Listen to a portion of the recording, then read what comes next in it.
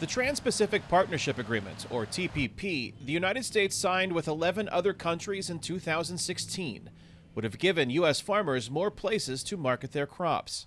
Despite then-candidate Donald Trump's promise to withdraw from the TPP, largely on concerns over the impact to U.S. manufacturing jobs, Illinois farmer Wendell Shawman supported him, despite wanting the TPP agreement.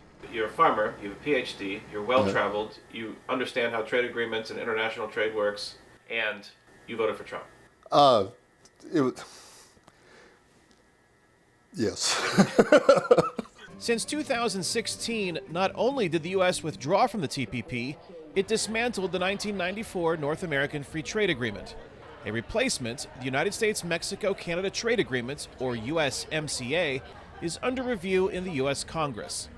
Meanwhile, the Trump administration simultaneously is waging a trade war with one of its biggest crop buyers, China, which imposed tariffs on U.S. corn and soybeans in retaliation for U.S. tariffs on Chinese steel and aluminum.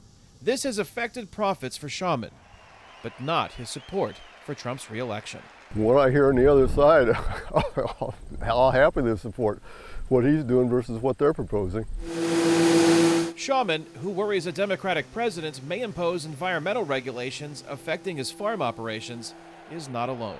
I was excited to see a Republican take back the White House, but I love the stance that we're taking. I think he's doing what is right.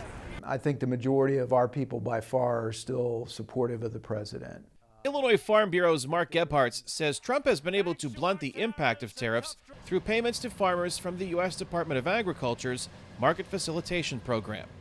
This year, it cost taxpayers about $16 billion, on top of roughly $15 billion in 2018. We want trade, not aid. We don't want to have to live hoping that we get another round of market facilitation payments. We really need, again, to find just a final way forward on not only the tariffs with China, but USMCA, Japan, EU, all these other issues that are out there.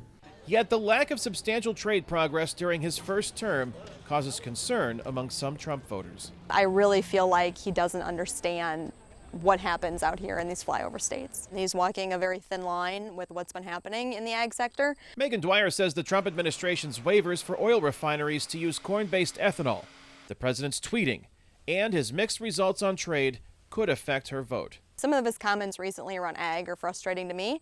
Amid an ongoing impeachment inquiry in the U.S. Congress, a straw poll conducted by Farm Journal Pulse in September showed 76% of 1,138 farmers polled support Trump in 2020, down from 79% in July. I think there's a lot of people who are disappointed, but it's going to come down to the choice they give us. And right now, for most farmers, I don't think he's going to lose many. Kane, Farabaugh, VOA News, Kirkwood, Illinois.